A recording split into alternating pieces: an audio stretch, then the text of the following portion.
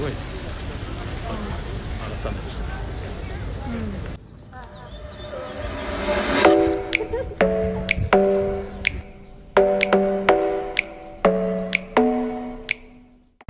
皆さんこんにちは、カズマです。レスリーです。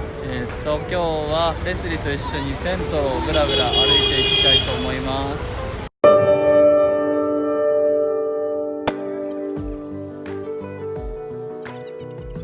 はい、これマデロ、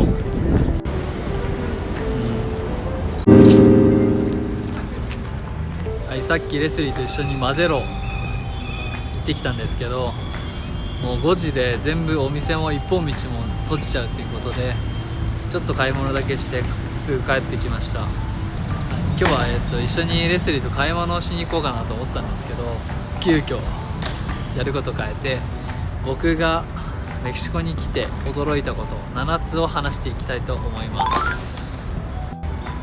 はい、1つ目はいレスリーがやったようにキスです。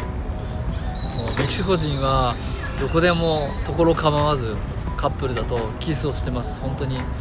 う本当おじいちゃんおばあちゃんとかでも、メトロの中でも公園でも仕事でもも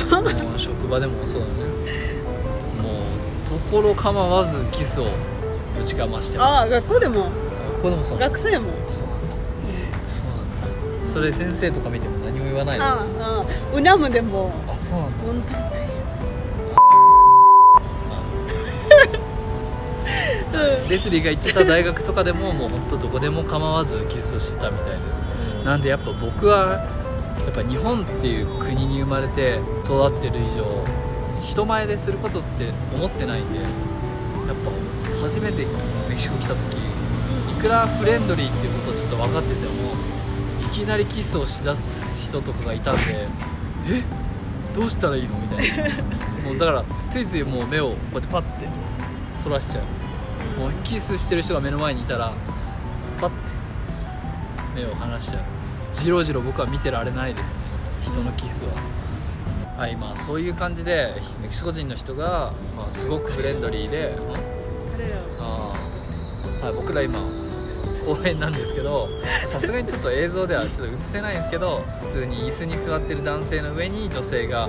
正面に向かって座って、で、こうやって抱きかかえてキスをしてる人たちが僕たちの目の前にいます。こんなのはもうメキシコの日常風景なんで全く気にならないようになってきました。見るたびにこうやって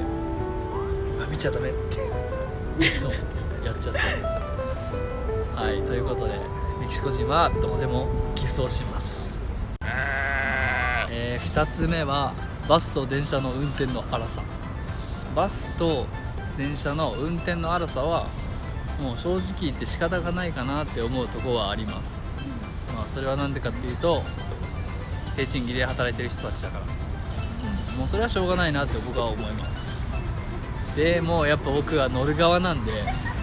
電車の急ブレーキなんて結構ね普通だよね、当たり前にやっそう。ぱいつも危ないなって思うことは多々ありますね、本当に。でもメキシコのみんなもう嫌いそうだね、でも怒ってる人あんまいないじゃん。まあしょうがない、普通だけどみんな嫌だ。日本と比べることはおかしいんですけど、電車が遅れることだってもちろんあるし、今話した電車の急停車もそうだし、雨の日なんかは特にそうだね、止まるよね、なぜか。地上走ってる電車っていうのは一応あるんですけど、基本みんな公共交通機関はバスかメトロ、地下鉄のどっちかなんですよね。Siempre que llueve intento no tomar el metro porque es horrible. Hay demasiada gente, porque también la gente que está afuera caminando pues prefiere tomar el metro para no mojarse, pero eso hace que sea aún más gente y de por sí va más lento, entonces es horrible. はい、そういう感じでみんな雨が降るとメトロに乗るんで、雨になるとより一層メトロも混むし、正直言って雨の日は本当にメトロを使いたくないですね。安全に旅行したいなっていう方とかはメトロの使用はあんまり僕はおすすめしません。3つ目、99% の人はめちゃめちゃフレンドリーです。もう本当どこ行っても一つ目で説明したみたいにここでもキスをするようにメキシコ人っていうのは本当に僕が今まで行った国の中でも本当に群を抜いてフレンドリーです。どこでもいつも手伝いましょうかって聞いてね。お店の中でだけじゃないね、普通の人も。ああそうだね、ウォールマートっていう大きいスーパーがあるんですけど、その時もう花粉かなんかで僕めちゃめちゃ鼻水をすすってて、その頃ティッシュ持ってなかったんでってずっとやってたんですね。くしゃみを何回かボーンボーンボーンハクションハクションってしてて、でそしたらすぐ近くにいるおばさんがもう何もなかったかのようにティッシュがて入って、もうびっくりしちゃって、本当びっくりした、去年スーパーでちゃんと袋がもらえる頃、僕がスーパーで買い物し終わったら結構な量だったんですけど、メキシコのスーパーの袋は本当に弱いんですね。めちゃめちゃ弱い、やばいよ、本当に弱くて、で結構大量に入ってたんで、一応二重にしてくれたんですね、店員さんは。で二重にしてたけど、もうやっぱ弱すぎて、僕がメトロの階段をポンポンポンポンって降りてる時にそう袋がバーン破けて中身が全部ボーン出てったんですよ。うわ最悪って僕思ったんですけどカメラがありましたそう最悪って思ってたんですけど、すぐその近くを歩いてるおじさんが何事もなかったかのようにそのおじさんが持ってた袋を僕にスッてくれて、本当びっくりした。超新でグラシアスってありがとうございますって言って、でそのままもう何事もなかったかのようにそのまま去っていったんですけど、いや僕もあの時の優しさには本当に感動しました。メキシコ人のフレンドリーさはもうどこの国にも負けないような温かさが僕はあると思います、はい、毎回場所変わります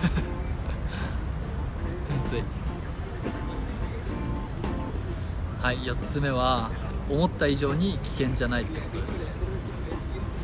レスリーが前スリにあった動画を1回上げたんですけど、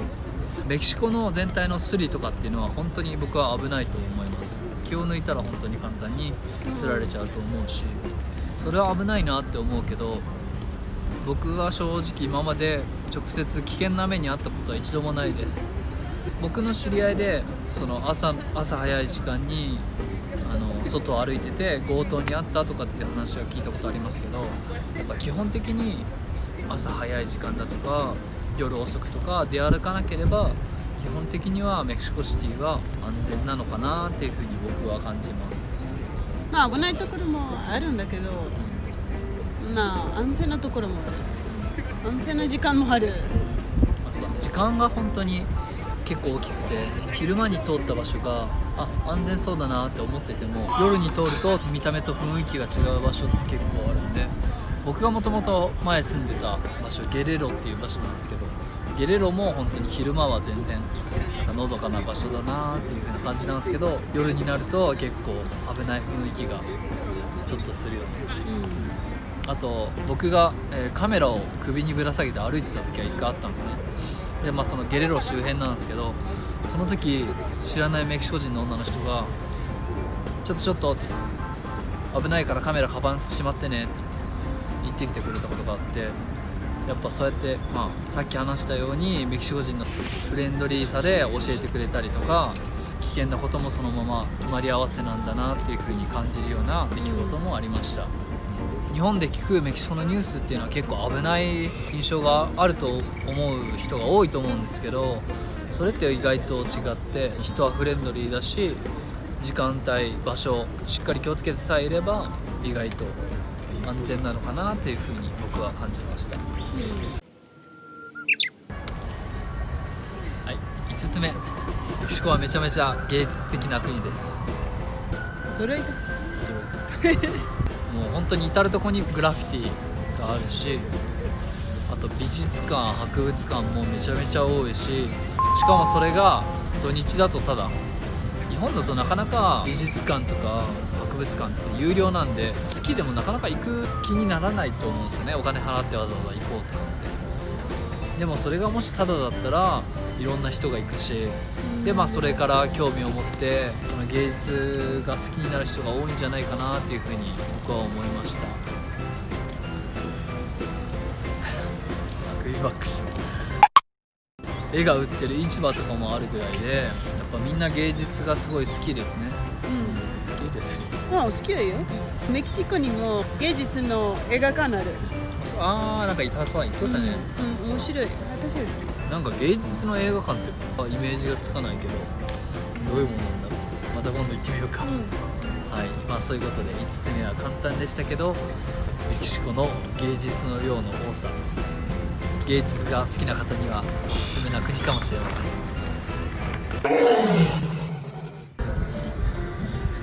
はい、6つ目、1日のうちに四季があること。冬でも昼間だと全然暖かかったりして、でも夜とか朝はほんと寒いです。それぐらい極端。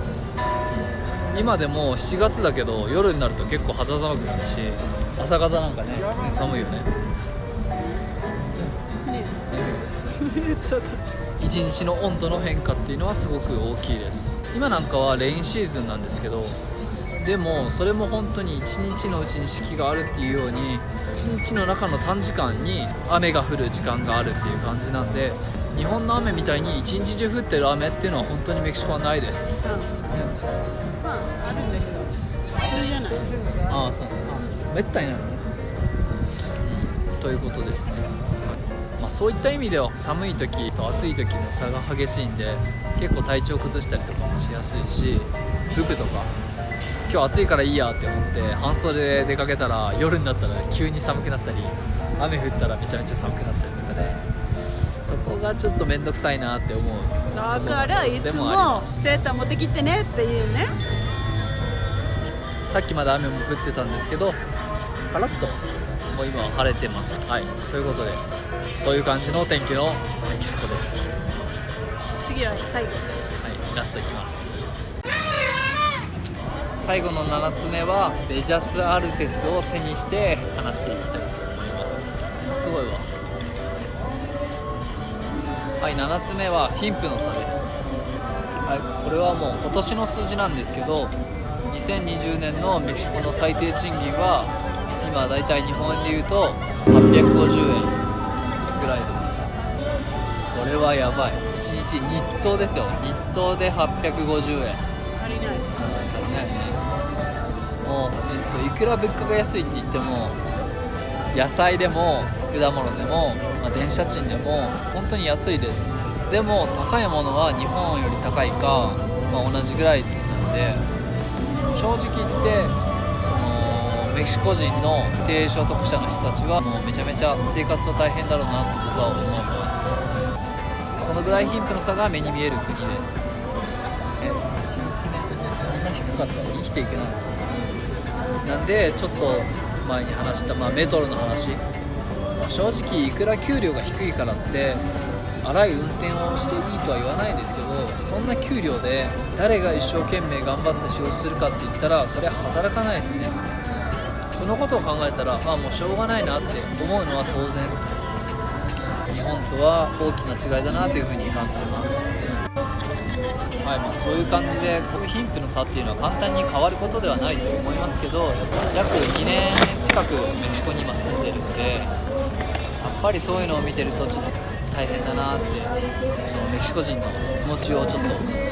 分かってしまうようなところが僕の中でもありますね。なのでメキシコに旅行に来られる方、初めて海外に来られる方とかだとかなりカルチャーショックを受けるような国なんじゃないかなっていうふうに感じますね。